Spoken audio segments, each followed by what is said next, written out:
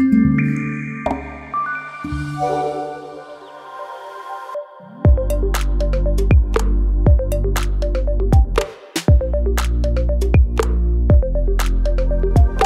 bonjour à toutes et à tous, et je suis ravi de partager ces quelques moments avec l'Académie pour vous exposer les axes de notre mandature que nous avons démarré en décembre 2024. Alors, quelques piliers, on a effectivement défini un certain nombre de priorités pour la mandature, qui sont au nombre de 4. On a également un certain nombre de projets, de grands projets, que je vous citerai. Et puis, effectivement, tout ça se décline en une organisation autour de 8 secteurs du Conseil national, et évidemment d'une équipe, puisque tout ça se fait en coordination avec les permanents du Conseil national et avec l'ensemble des vice-présidents. Alors, pour commencer, je vais vous parler des 4 priorités que nous avons identifiées. La première, c'est de réaffirmer le rôle des experts comptables aux côtés, en fait, de l'économie. Et en disant cela, on dit déjà beaucoup de choses, puisque ça suppose d'être présent dans l'écosystème économique, ça suppose d'être présent également auprès des organisations professionnelles et des ministères et de leurs administrations, pour donner en fait la parole des experts comptables et faire savoir qu'il faut systématiquement nous mettre autour de la table et qu'on répondra présent pour accompagner toutes les grandes réformes. Le deuxième volet, c'est de réaffirmer le rôle de profession réglementée des experts comptables, et que ce rôle de profession réglementée, il se traduit à la fois par une devise, science, conscience, indépendance, mais aussi par une marque, la marque expert comptable.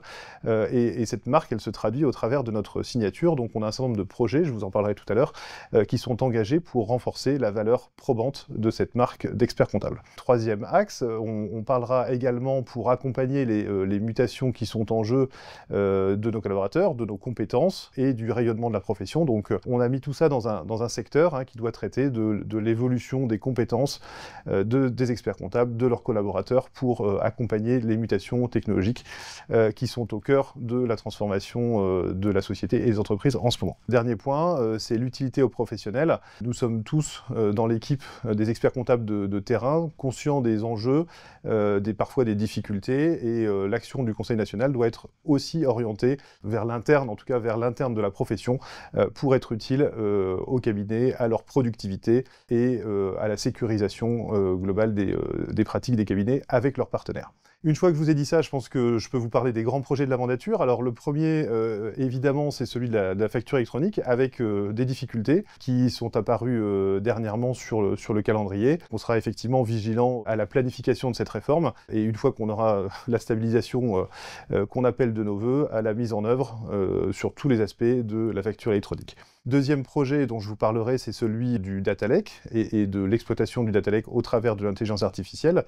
On a un enjeu collectif d'exploitation de nos données. Pour ça, il faut créer les conditions de la réunion de ces données et ensuite trouver le moyen de les valoriser au bénéfice de la profession. Troisième projet, celui de l'identité numérique professionnelle de l'expert comptable, qui portera le mandat implicite et donc ce que je vous indiquais tout à l'heure, dans l'utilité, en fait, la facilitation des démarches des experts comptables, la sécurisation de ces démarches, avec les enjeux de cybersécurité qui sont très prégnants aujourd'hui, et déclinaison en aval de cette identité numérique professionnelle, la signature électronique de l'expert comptable, que nous souhaitons renforcer. Dernier axe, la sécurisation de l'écosystème. On a effectivement un certain nombre de partenaires technologiques sur lesquels nous appuyons fortement pour effectuer nos travaux, que ce soit en matière comptable et fiscale, en matière sociale également.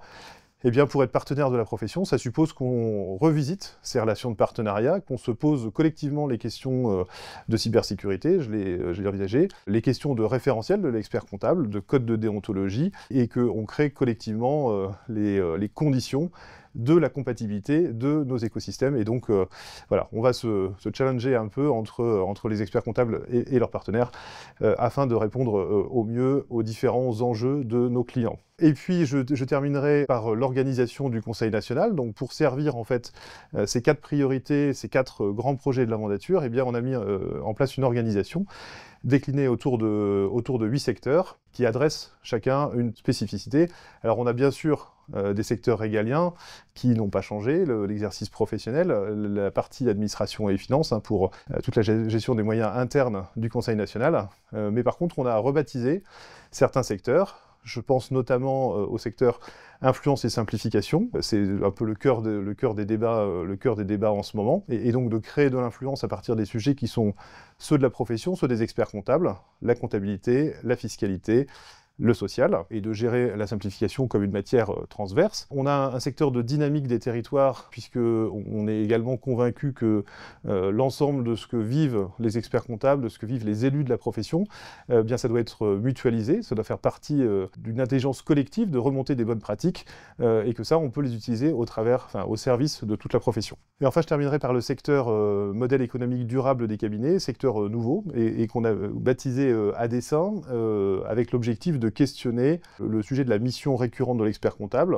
Je pense principalement à la mission de tenue, à la mission d'établissement des comptes, qui peut être revisitée avec la généralisation de la facture électronique, avec l'intelligence artificielle. Et donc on souhaite en fait orienter les cabinets vers une évolution de cette mission. J'ai bien dit une évolution, j'ai pas dit de révolution, en diversifiant le contenu qui est apporté dans cette mission récurrente. Voilà de manière synthétique les ambitions que nous avons construites pour cette mandature, avec, vous l'avez compris, 4 axes prioritaires, une déclinaison de 4 grands projets, qui sont des projets pour certains au long cours et pour tout ou partie d'autres sur lesquels on espère avoir des réalisations à court terme.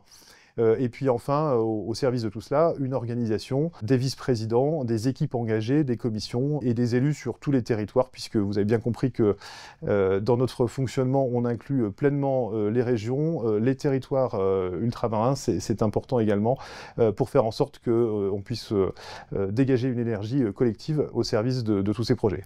Voilà, je vous remercie pour votre attention et j'espère avoir le plaisir de rencontrer les uns et les autres à diverses occasions d'échanges et des différents travaux de l'Académie.